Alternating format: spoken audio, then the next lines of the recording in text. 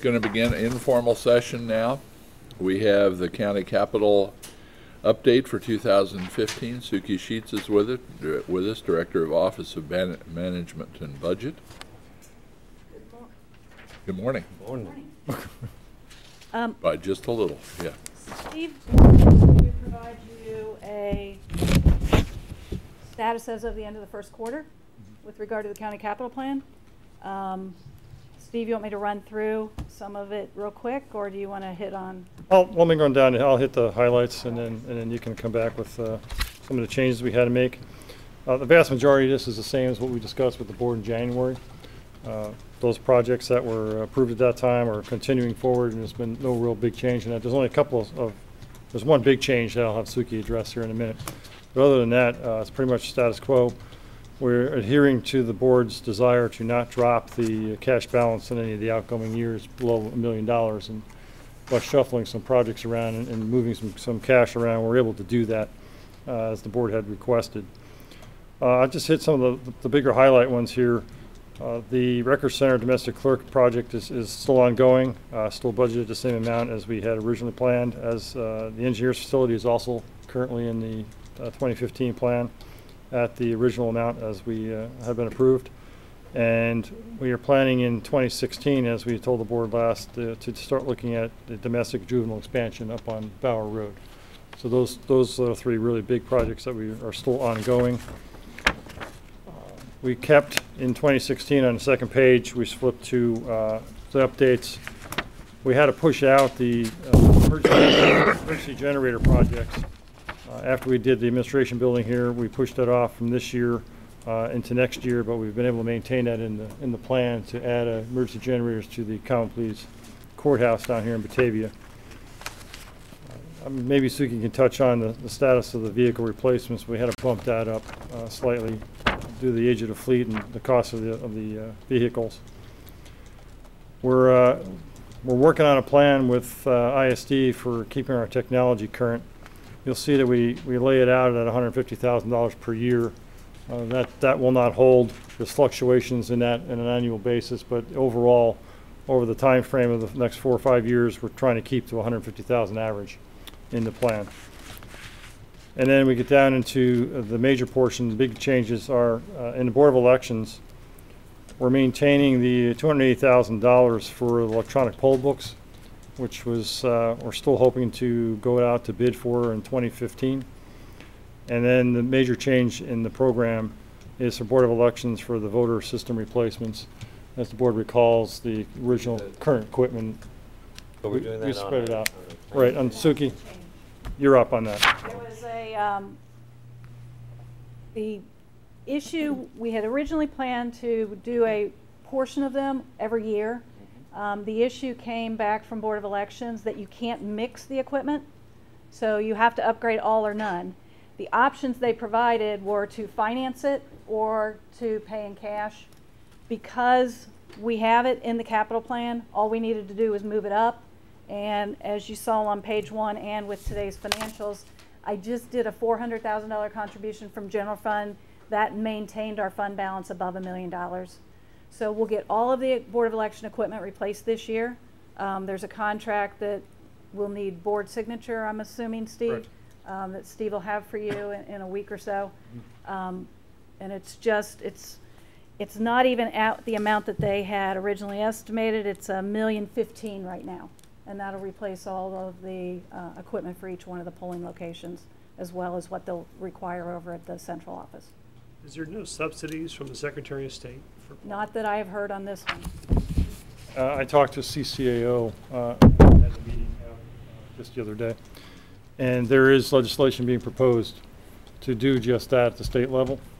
And we specifically put in a request that said that if that gets passed, that it has a retro clause in it for those counties that are currently trying to progressively move ahead and ahead of the 2016 presidentials, which is one of the reasons that we want to do this year, to give the Board of Elections and the citizens a chance to experience the new equipment in 2015 before we hit the major election in 2016.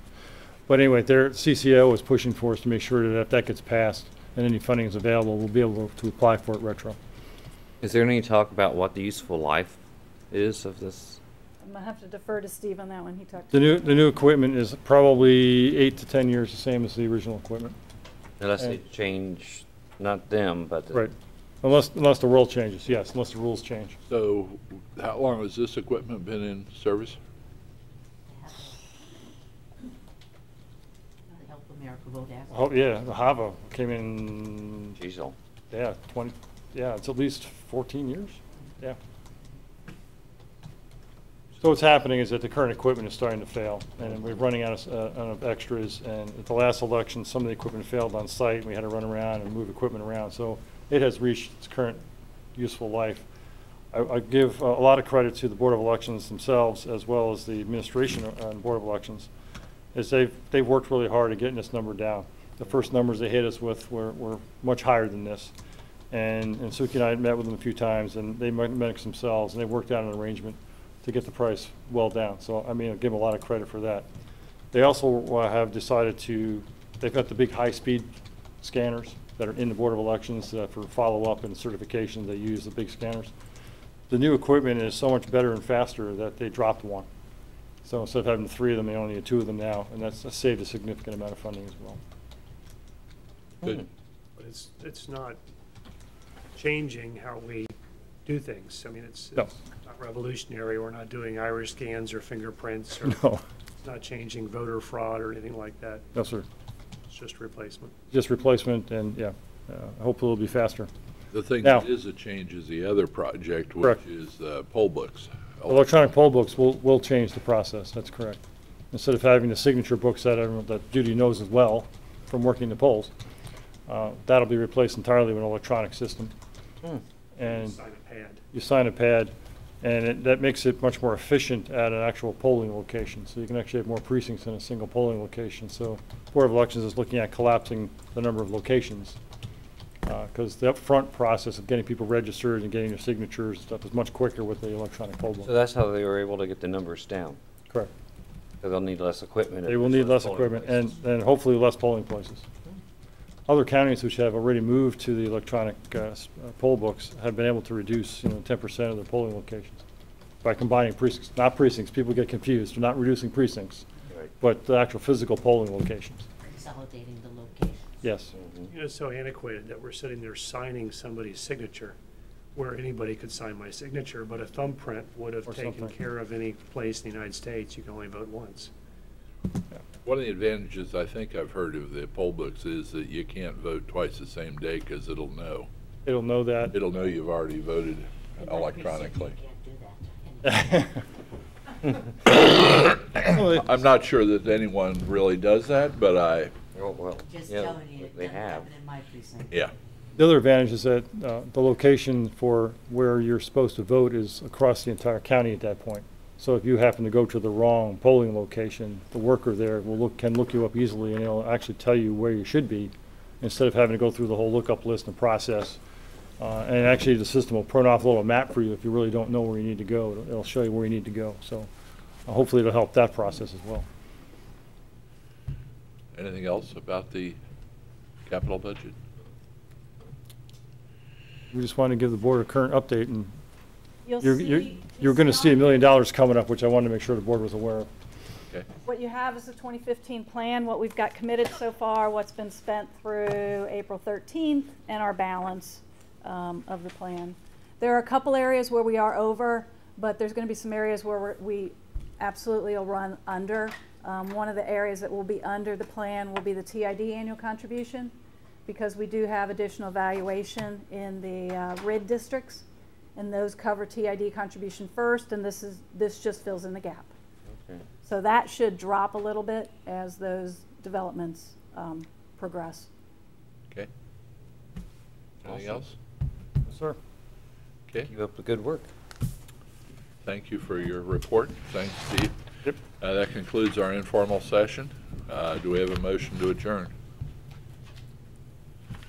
Okay, now you don't want a motion. Right.